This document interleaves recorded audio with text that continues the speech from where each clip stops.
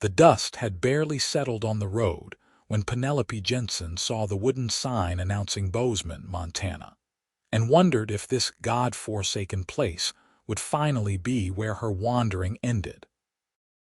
She had $23 sewn into the lining of her worn traveling dress, a carpetbag that held everything she owned in this world and absolutely nowhere else to go. The year was 1878, and she had been traveling west for 3 months since her aunt passed away in St. Louis, leaving Penelope with nothing but debts she couldn't pay and memories of a childhood spent being reminded she was an unwanted burden. The August sun beat down mercilessly as she walked down the main street, her boots kicking up small clouds of dirt with each step. Bozeman was not much to look at, just another frontier town struggling to establish itself in the Montana Territory. A general store, a saloon, a church with white paint peeling from its boards, and a scattering of other buildings lined the dusty street. Penelope approached the general store with the last shreds of her dignity wrapped around her like a cloak. She needed work, any work, and she needed it immediately. The store owner, a portly man with suspicious eyes, looked her up and down when she asked about employment. "Got nothing here for a woman alone," he said, his tone making it clear what he thought of women who traveled without male protection. "You might try the boarding house. Mrs. Caldwell sometimes needs help with laundry." Penelope thanked him and left, fighting back the familiar sting of tears. She had cried enough in her 20 years of life. No more tears, she told herself firmly. The boarding house was at the end of the street, a 2-story structure that looked slightly better maintained than most of the other buildings. She was about to climb the steps when she heard a commotion coming from an alley beside the building. "I told you we need food. The little ones are hungry." The voice was young, maybe a boy of 14 or 15, and it was filled with desperation. "Your father's credit is no good here anymore. That man has more mouths to feed than sense in his head. 13 children. It's unnatural." This voice belonged to a woman, sharp and unsympathetic. Penelope knew she should mind her own business, but something made her walk toward the alley. She found a tall, gangly boy with sandy hair confronting a severe-looking woman in an apron, presumably from the boarding house kitchen. "Please, Mrs. Caldwell. Papa's been working double shifts at the ranch. He'll pay you as soon as he gets his wages. That's what he said last month. No more credit. Now get off my property before I call the sheriff." The woman turned and marched back toward the kitchen door. The boy's shoulders sagged in defeat. He noticed Penelope watching and his face flushed red with embarrassment. "Sorry, madam. Didn't mean for you to see that." "Are you really taking care of 13 children?" Penelope asked, unable to contain her curiosity. The boy nodded miserably. 12, really. I'm the oldest, so I don't count. Mama died having the twins 2 years ago, and Papa does his best, but it's just him and me trying to keep everyone fed and clothed. The ranch pays decent, but not enough for 14 mouths. Penelope's heart clenched. She knew what it was like to go hungry, to feel unwanted and burdensome. "What's your name?" "Matthew Anderson, madam. My papa is Emmett Anderson. I'm Penelope Jensen. I just arrived in town looking for work. Where is your home, Matthew?" The boy pointed toward the outskirts of town.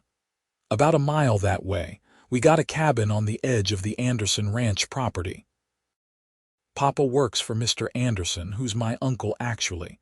He lets us live there rent-free, which is a blessing, but everything else is on us." Penelope made a decision that defied all logic and common sense. "Take me there. I want to meet your father." Matthew's eyes widened. "Why?" "Are you from the territory office? We're managing fine, really. They don't need to take the kids away." "I'm not from any office. I just want to help. I have some experience with children and housekeeping. Maybe your father could use an extra pair of hands."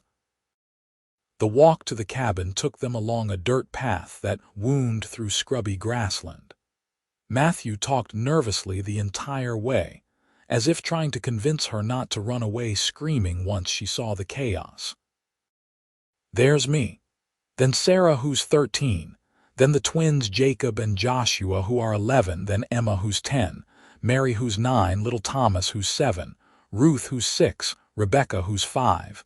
Daniel, who's 4. And the twins Samuel and Grace, who are 2.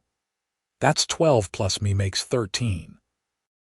Your mother must have been an extraordinary woman," Penelope said softly. Matthew's expression softened. "She was.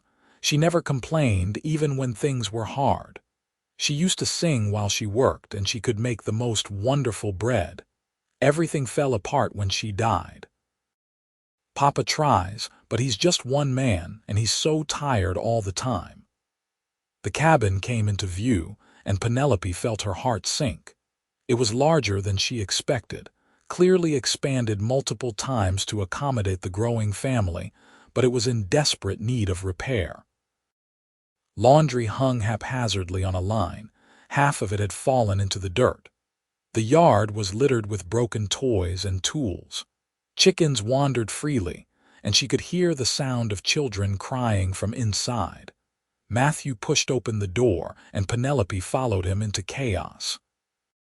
A girl, who must have been Sarah, was trying to stir something in a pot over the fireplace, while simultaneously holding a screaming toddler on her hip. The other children were scattered around the main room in various states of distress or mischief. 2 boys were fighting over a wooden horse, another child was crying in the corner, and a little girl was trying to sweep the floor with a broom twice her size. "Sarah, I brought someone who might help," Matthew announced. Sarah turned, and Penelope saw the exhaustion in the girl's eyes. She was too young to carry such burdens, her childhood stolen by necessity. "We don't have money for help," Sarah said flatly. "Where is your father?" Penelope asked. "He's at work. Won't be back until after dark. He leaves before dawn and comes home when the little ones are already sleeping. It's just me and Matthew during the day." Penelope set down her carpet bag and rolled up her sleeves. "Let me take the baby. You focus on that soup before it burns." For a moment, Sarah just stared at her, suspicious and confused. Then the baby's screaming reached a new pitch, and she gratefully handed the child over. Penelope took little Grace into her arms and began walking with her, bouncing gently and humming a tune her own mother had sung before she died when Penelope was only 8. The baby's screams subsided into hiccuping sobs. "Matthew, gather all the laundry that fell. We'll need to wash it again. Sarah, how many potatoes do you have? We need to stretch that soup to feed everyone properly." Penelope began issuing instructions as if she had every right to be there, and to her surprise, the children obeyed. The afternoon passed in a blur of activity. Penelope organized the children by age and ability, assigning tasks that matched their capabilities. She showed little Ruth how to properly dust the furniture, taught Rebecca how to fold small clothes, and got Daniel engaged in picking up toys by turning it into a game. She took stock of the meager pantry and made the soup stretch by adding wild herbs she found growing near the cabin and thickening it with flour. The older boys hauled water for washing, and soon the cabin began to transform from chaos to something resembling order. As the sun began to set, Penelope helped Sarah and Matthew get the younger children fed and washed.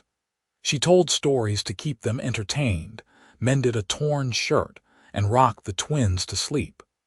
The children responded to her with a hunger that had nothing to do with food. They craved gentleness, attention, a maternal touch that had been absent from their lives for 2 long years. Full darkness had fallen when Penelope heard the heavy tread of boots on the porch. The door opened, and a man stepped inside. Penelope's breath caught in her throat. Emmett Anderson was tall and broad-shouldered, with dark hair that curled slightly at his collar and eyes the color of weathered steel. He looked to be in his mid-30s, and his face was lined with exhaustion and worry. He was handsome in a rough-hewn way, but it was the expression of deep sadness in his eyes that struck Penelope most. This was a man carrying the weight of the world on his shoulders. He stopped short when he saw her standing in his kitchen, holding little Samuel, who had refused to go to bed without one more story. For a long moment, neither of them spoke. "Papa, this is Miss Penelope Jensen," Matthew said, breaking the silence. "She came with me from town, and she's been helping all day." Emmett's expression shuddered closed, becoming guarded. "That's very kind of you, Miss Jensen, but we don't accept charity. We manage just fine on our own." Penelope saw pride and defensiveness in every line of his body. "I'm not offering charity, Mr. Anderson. I'm looking for employment. I need a position, and from what I can see, you need help. I'm willing to work for room and board plus a small wage when you can afford it. I can't pay anyone right now. Then just room and board." "I have nowhere else to go, Mr. Anderson. I'm alone in this world, and I know how to work hard. Your children need someone here during the day while you're working. Matthew and Sarah are doing their best, but they're children themselves.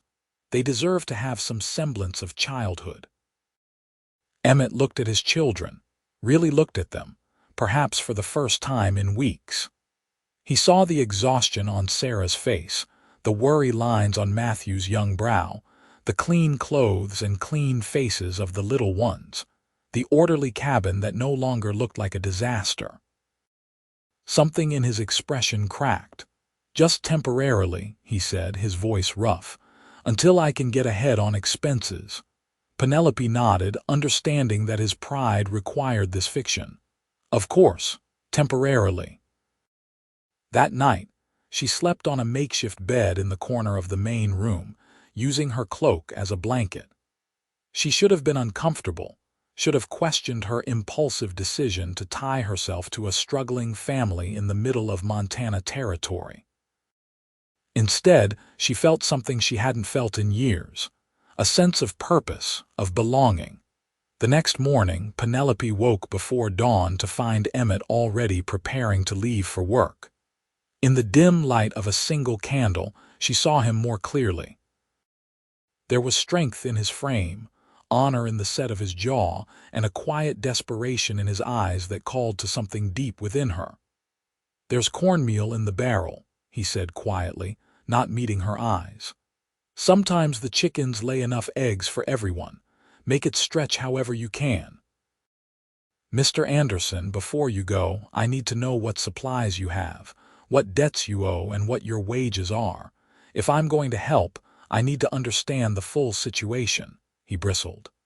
"That's not your concern. It is if I'm going to be feeding 13 children. I need to know what I have to work with." They stood facing each other in the pre-dawn darkness, and Penelope refused to back down. Finally, Emmett sighed and sat down at the rough wooden table.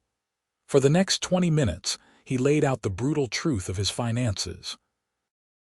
The wages from the ranch were decent, but not enough for 14 people. He was 3 months behind on debts to the general store and boarding house. The children needed shoes, clothes, and medicine. He was doing everything he could, working extra hours whenever possible, but it was never enough. Penelope listened without judgment, her mind already working through possibilities. "I have $23. It's not much, but it will buy staples to get us through the next few weeks. I'll pay off the smallest debts first to get some goodwill back in town. I know how to stretch food, how to mend and make over clothes, how to forage and preserve. We'll make this work, Mr. Anderson. I can't take your money. You're not taking it. I'm investing it in my own room and board. Besides, it's not just your problem anymore. These children need someone and I need a family. It seems we can help each other." Something shifted in Emmett's expression, a crack in the armor of pride and self-reliance. Why are you doing this? You don't know us. We're nothing to you." Penelope thought of her own childhood, of being passed from relative to relative, always unwanted, always a burden. "Maybe that's exactly why I'm doing this. Everyone deserves to feel like they belong somewhere."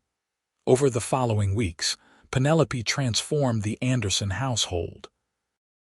She woke early each morning to prepare breakfast, packed Matthew off to school with the other school-aged children, and spent her days teaching the younger ones their letters while managing the endless work of cooking, cleaning, mending, and childcare. She used her precious $23 to pay off Mrs. Caldwell and buy essential supplies from the general store. She foraged for wild berries and herbs, expanded the vegetable garden, and taught the children how to help with age-appropriate tasks. But more than the physical transformation, she brought love back into the cabin. She kissed scraped knees, told bedtime stories, sang lullabies, and listened to the children's fears and dreams. Slowly, they began to heal from the loss of their mother. They began to smile more, laugh more, act like children instead of little adults burdened with adult worries. Emmett watched these changes with an expression Penelope couldn't quite read. He was grateful, she could see that, but there was something else in his eyes when he looked at her. Something that made her heart race and her cheeks flush. She told herself it was just gratitude, nothing more. She was here to help the children, not to entertain foolish romantic notions about their father. One evening in late September, after the children were all in bed, Emmett came inside from his evening chores to find Penelope mending one of his shirts by lamplight. He had been avoiding being alone with her, always finding extra work to do outside until she retired for the night. But tonight, something made him sit down across from her at the table. "I never properly thanked you," he said quietly, "for what you've done for my children. There's no need for thanks. They're wonderful children. They've been through so much. After Margaret died, I didn't know how I was going to manage. I thought about giving some of them to my brother and his wife, letting them adopt a few of the younger ones, but I couldn't do it. They'd already lost their mother. I couldn't let them lose each other too."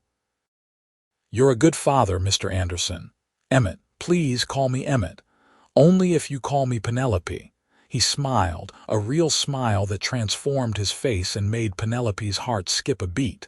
"Penelope, that's a pretty name. My mother loved Greek mythology." She said Penelope was known for her faithfulness and her skill at weaving. "I never quite lived up to the weaving part, but I try to be faithful to my commitments." "Is that what this is? A commitment?" Penelope set down her mending and looked at him directly. "I told you when I arrived that I had no family, nowhere to go. That was true then, but it's not true anymore. Your children have become my family, Emmett. I'm not leaving them. I'm not leaving unless you order me to go." The intensity in his gaze made her breath catch. "I would never order you to go. These past weeks, you've given my children something I couldn't give them no matter how hard I tried. You've given them stability, love, a mother's touch. Grace called you Mama yesterday. Did you hear that?" Penelope felt tears prick her eyes. "I heard." "I didn't correct her. I should have, but I couldn't. Don't correct her. Don't correct any of them if they want to call you that. You've earned it more than most women who give birth ever do." They sat in silence for a moment, the air between them charged with something unspoken. Emmett cleared his throat. "There's a church social next Saturday. Would you come with us?" "With me? The children would love it, and it would be good for people in town to see us as a proper family." "I'd like that very much." The church social was held in a meadow just outside town, and it seemed like the entire population of Bozeman had turned out for the end of harvest celebration. Penelope had spent days preparing, baking bread and pies with the older children's help, mending everyone's best clothes, and braiding the girls' hair with ribbons she had carefully preserved from her own childhood. When they arrived as a family, all 15 of them, Penelope felt the stares and heard the whispers. She held her head high, one hand holding little Samuel and the other holding Rebecca. Emmett walked beside her with Grace on his shoulders, and the other children surrounded them in a protective cluster. Mrs. Caldwell approached with several other town matrons, their expressions a mixture of curiosity and judgment. "Well, Miss Jensen, I heard you had taken a position with the Anderson family. Very charitable of you." "It's not charity, Mrs. Caldwell, it's family." "Still, a young, unmarried woman living in a house with a widower, it does raise questions." Before Penelope could respond, Emmett stepped forward, his expression hard. "Miss Jensen is an employee and a member of our household. Anyone who suggests anything improper will answer to me. She has saved my family, and I won't tolerate disrespect toward her." The matrons retreated, properly chastened, and Penelope felt warmth spread through her chest at Emmett's defense. He caught her eye and gave her a small smile that made her heart flutter. The day passed pleasantly. The children played games, ate their fill of food, and laughed without the shadow of worry that had hung over them for so long. Penelope helped organize the children's races and found herself enjoying the simple pleasure of community. Several of the ranch hands who worked alongside Emmett greeted her respectfully, and a few of the younger men looked at her with open admiration that made Emmett scowl. As evening fell and families began gathering their children to head home, a fiddler struck up a tune for dancing. Emmett approached Penelope as she was wiping sticky jam off Samuel's face. "Would you dance with me? I'm not very good at dancing." "Neither am I. We'll stumble through it together." He took her hand and led her to where several couples were already moving to the music. His hand settled on her waist, large and warm and slightly rough from work. They began to move, not gracefully but with a natural rhythm that felt right. Penelope was acutely aware of how close they were, of the way he was looking at her, of how her heart was racing. "Penelope, I need to tell you something," Emmett said quietly, his voice almost lost in the music. "I didn't want to feel this way. I told myself it was too soon, that it was disrespectful to Margaret's memory, that you were here for the children and nothing more." "What way?" Penelope asked, though she knew. She had known for weeks, had felt the same pull, the same attraction growing between them. "I'm falling in love with you. Maybe I already have fallen. I know it's complicated. I know I have 13 children and debts and nothing much to offer. But every morning I wake up thinking about you, and every night I go to sleep grateful that you're here. You're not just helping my children. You've brought light back into my life." Penelope felt tears streaming down her face, but they were tears of joy. "I love you too, Emmett. I have for weeks now. I thought I was here just for the children, but it's so much more than that. You're everything I never knew I was looking for." He pulled her closer, propriety forgotten, and she rested her head against his chest, feeling the steady beat of his heart. "Marry me," he whispered. "I know it's fast, I know we're still getting to know each other, but I'm certain. You're already their mother in every way that matters. Be my wife. Let's be a real family." "Yes," she said without hesitation. "Yes, Emmett, I want nothing more." They were married 3 weeks later in the small white church, with all 13 children standing as witnesses. Penelope wore a simple blue dress that Sarah helped her sew, and Emmett wore his best shirt that Penelope had carefully mended and pressed. The ceremony was short but heartfelt, and when Emmett kissed her for the first time as her husband, Penelope felt like she had finally come home. The children cheered and crowded around them, all talking at once, excited and happy. Matthew shook Emmett's hand solemnly and hugged Penelope tight. Sarah cried happy tears and whispered, "Thank you for coming to us." The little ones danced around their legs, and the twins clapped their chubby hands. That night, after all the children were finally settled in bed, Emmett carried Penelope over the threshold of their shared bedroom, a small addition to the cabin that Matthew and some of the other ranch hands had helped him build in secret over the past weeks. It wasn't much, just 4 walls and a window, but it was theirs, a private space where they could build their life together.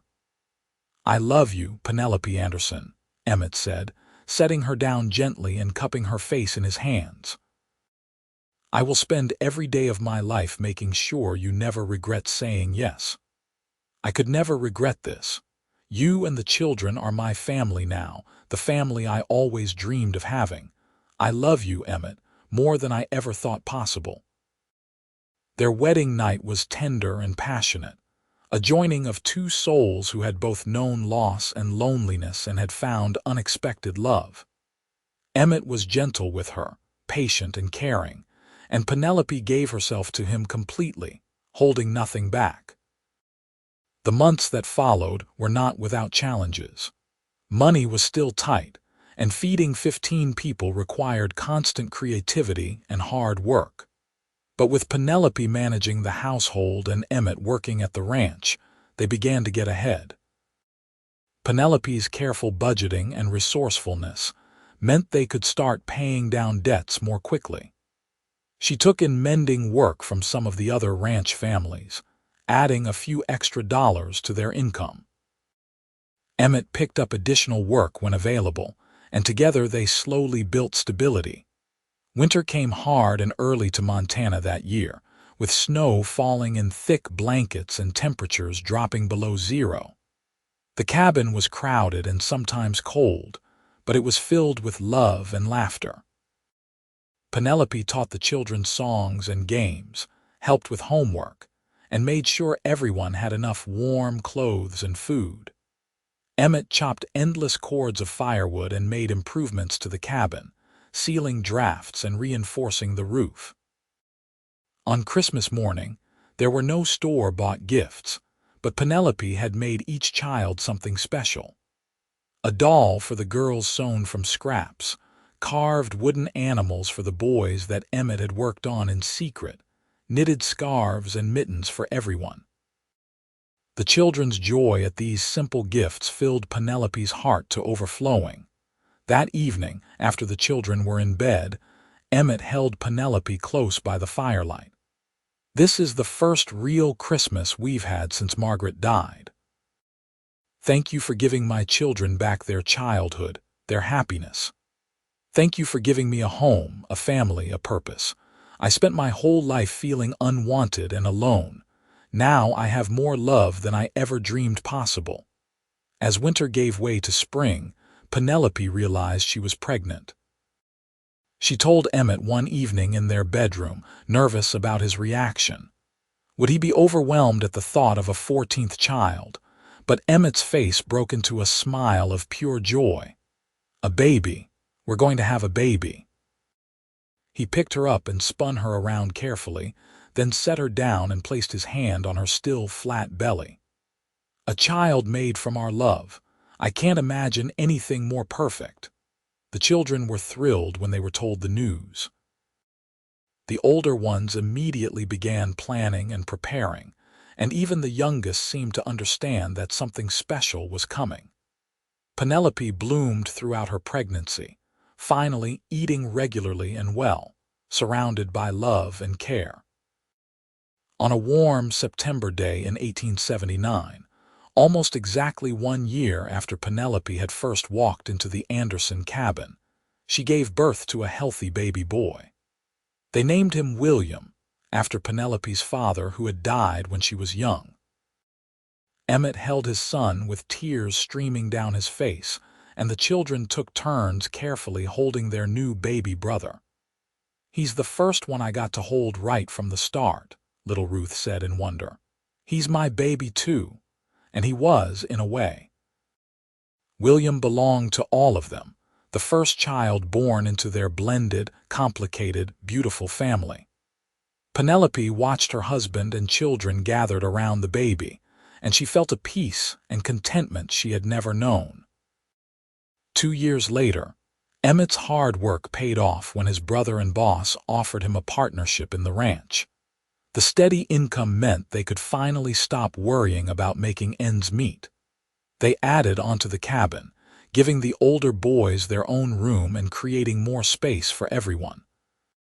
Penelope was pregnant again, this time with a daughter they would name Catherine after Emmett's mother.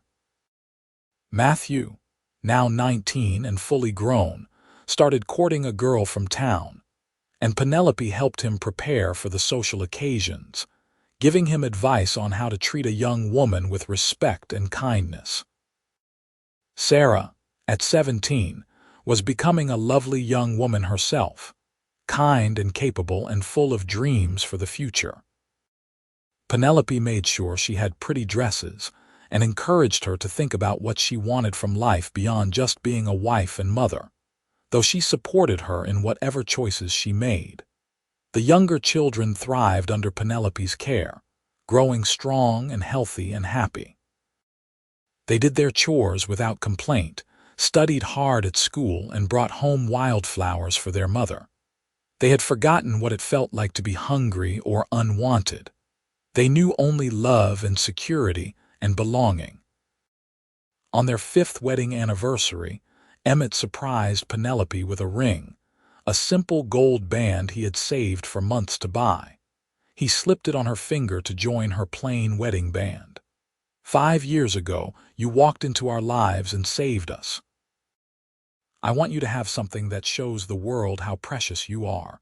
Penelope kissed him deeply, not caring that several of the children were giggling nearby. You saved me just as much as I saved you. I was so lost, Emmett, so alone. You gave me everything. You were never meant to be alone. You were meant to be ours. By 1885, 7 years after Penelope had first arrived in Bozeman, the Anderson family was a fixture in the community. Matthew had married and started his own family, making Penelope and Emmett young grandparents. Sarah was engaged to a schoolteacher and planning a spring wedding. The other children ranged from teenagers to young children, all healthy and thriving. William and Catherine, now 6 and 4 respectively, ran wild with their older siblings, spoiled and loved by everyone.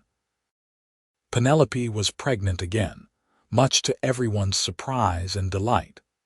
At 32, she felt young and healthy and ready to welcome another child into their growing family. Emmett teased her that they might catch up to his first 13 at this rate, and she laughed and swatted him with a dish towel. The cabin had been expanded and improved so many times it was now a proper house, with multiple bedrooms, a real kitchen with a stove, and even a small parlor with furniture Emmett had built himself. The ranch partnership had grown into full ownership when Emmett's brother decided to move back east. The Anderson Ranch was now one of the most successful in the territory, and Emmett employed several hands to help with the work. But despite their prosperity, despite how far they had come from those desperate early days, Penelope never forgot where she had started. She welcomed travelers and those down on their luck, offering meals and sometimes work.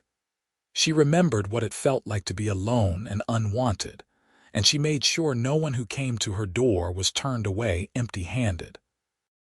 One evening, sitting on the porch watching the sun set over the mountains while Emmett rocked beside her and their children played in the yard, Penelope reflected on the unexpected journey that had brought her here. She had arrived in Bozeman with nothing but $23 and a desperate hope for somewhere to belong. She had walked into a cabin full of hungry, desperate children and a grieving man, and somehow found her destiny. "What are you thinking about?" Emmett asked, reaching over to take her hand. "About that first day when Matthew brought me here. I had no idea that this would be my life, that these children would become mine, that I would find you. I think about that day, too. I was so angry at first, remember? So proud and stubborn. I didn't want charity from anyone. It was never charity. It was fate, maybe, or divine providence, or just dumb luck. Whatever it was, I'm grateful for every moment. Emmett lifted her hand and kissed it gently.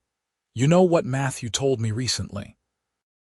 He said that for a long time after Margaret died, he used to pray every night for someone to help them, someone to take care of the little ones, someone to help me carry the load. He said he had given up on those prayers being answered.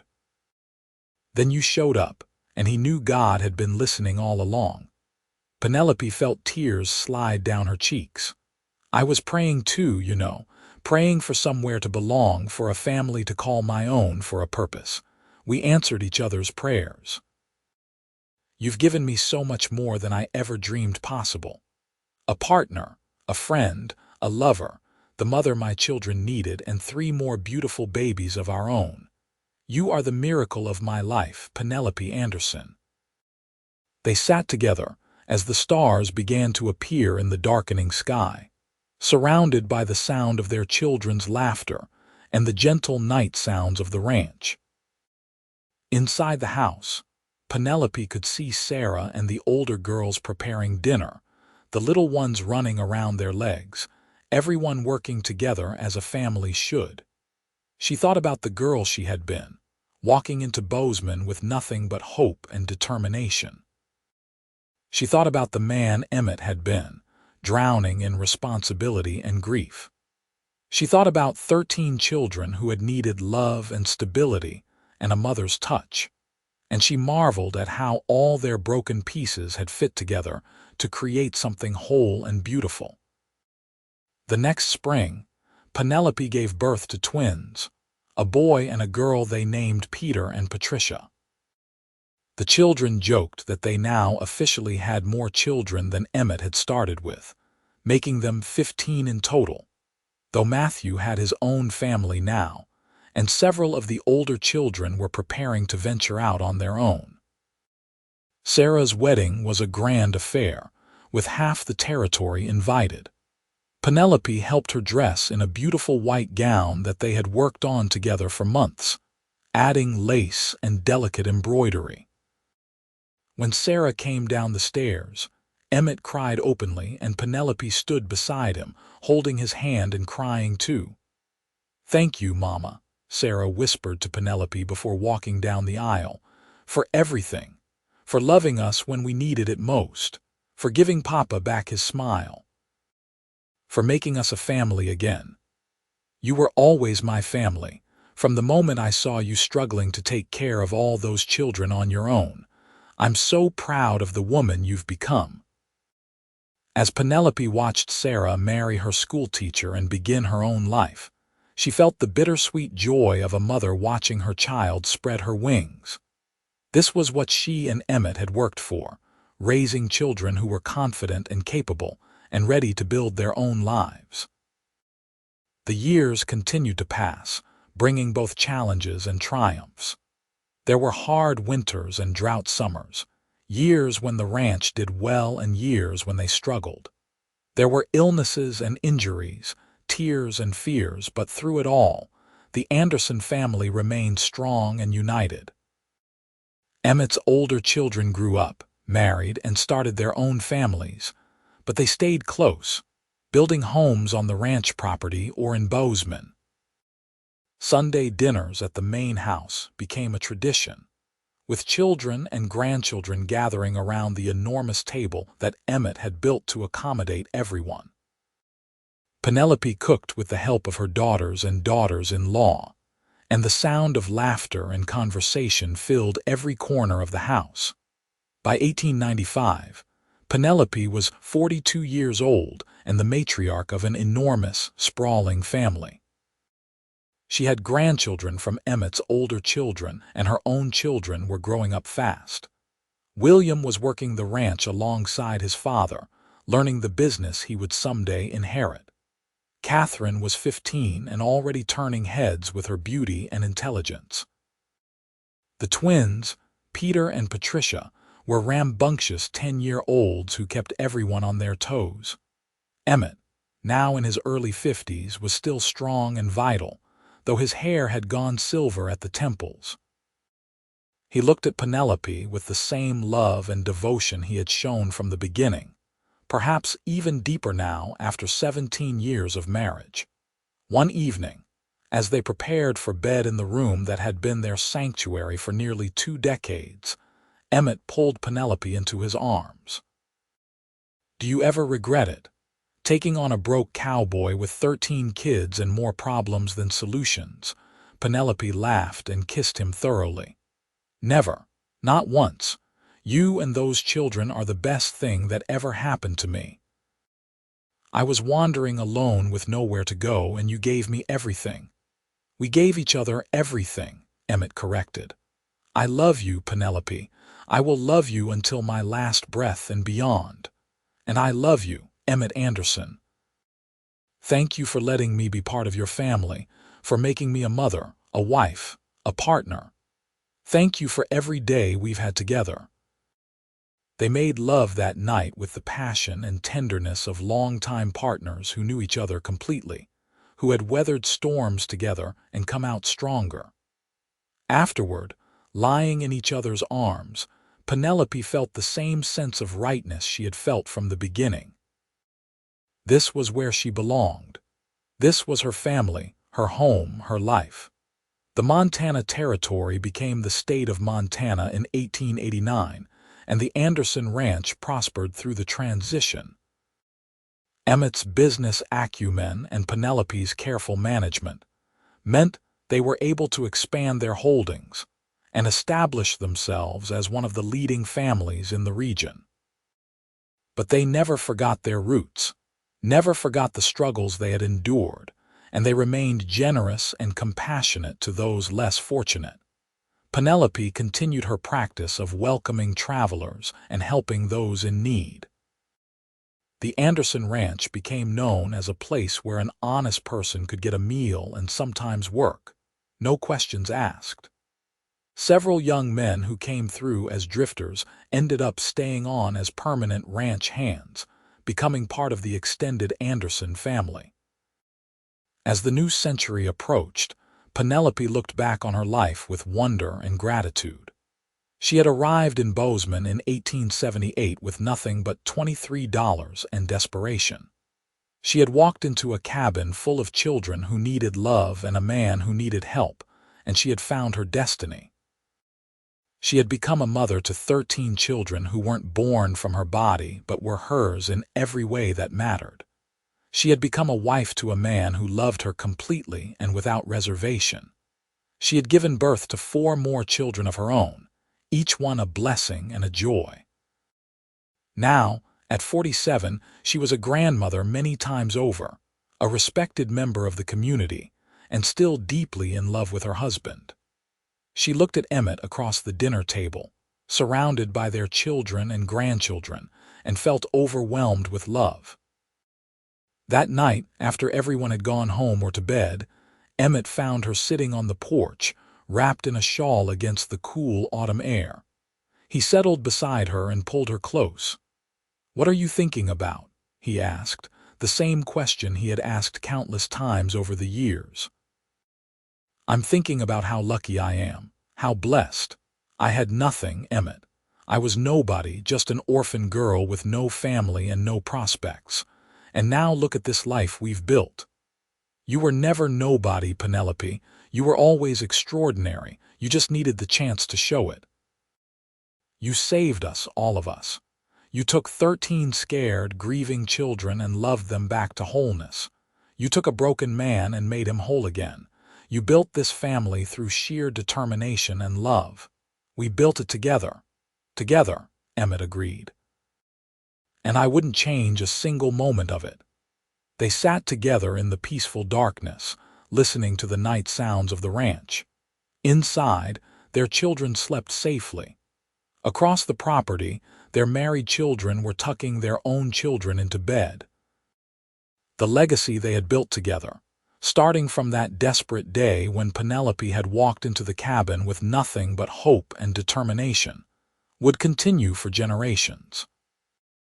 Penelope thought about little Grace calling her mama for the first time, about Matthew's grateful tears, about Sarah's wedding, about holding her firstborn son William in her arms.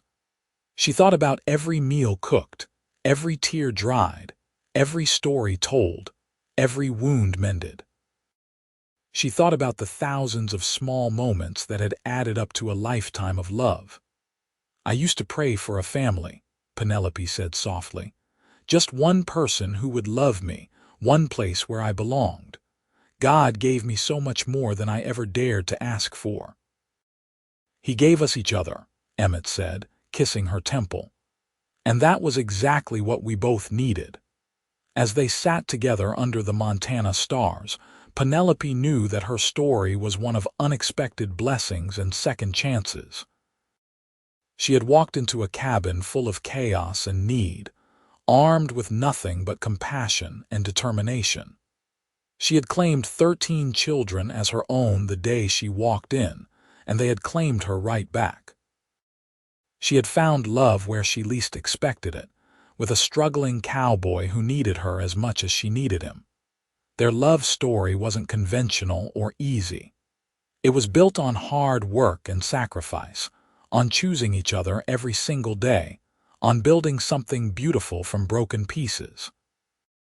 But it was real and deep and lasting, a love that had weathered every storm and emerged stronger. Years later, when Penelope was an old woman surrounded by children, grandchildren, and great-grandchildren, she would tell them the story of how she came to Bozeman with nothing and found everything. She would tell them about the day she met 13 children who needed a mother and a man who needed a partner. She would tell them about building a life from scratch, about love that conquers all obstacles, about family that is chosen as much as born. And when she finally passed away at the age of 83, surrounded by the enormous family she had helped create, her last words were for Emmett, who had preceded her in death by only 6 months, unable to live long without his beloved wife. Her last words were simple and true: "I'm coming home." She was buried beside Emmett on a hill overlooking the ranch they had built together, under a stone that read, "Penelope Jensen Anderson, beloved wife, mother, grandmother, and great-grandmother. She walked in with nothing and gave us everything." The Anderson Ranch continued to thrive for generations, passed down through the family, a legacy of love and hard work that began the day a desperate young woman with nowhere to go walked into a cabin full of children and found her destiny. The story of Penelope and Emmett became family legend, told and retold to remind each new generation that family is built on love, not just blood, and that sometimes the greatest blessings come from the most unexpected places. The 13 children Penelope had claimed as her own that first day never forgot the woman who had saved them, who had loved them without hesitation or reservation, who had given them back their childhood and their hope. They passed down her lessons of compassion and generosity, of welcoming strangers and helping those in need, of building something beautiful from broken pieces. And somewhere in the Montana mountains, under the stars that had witnessed their love story, the spirits of Penelope and Emmett watched over the family they had created together, their love eternal and unbreakable, a testament to the power of second chances and the enduring strength of love chosen and fought for every single day.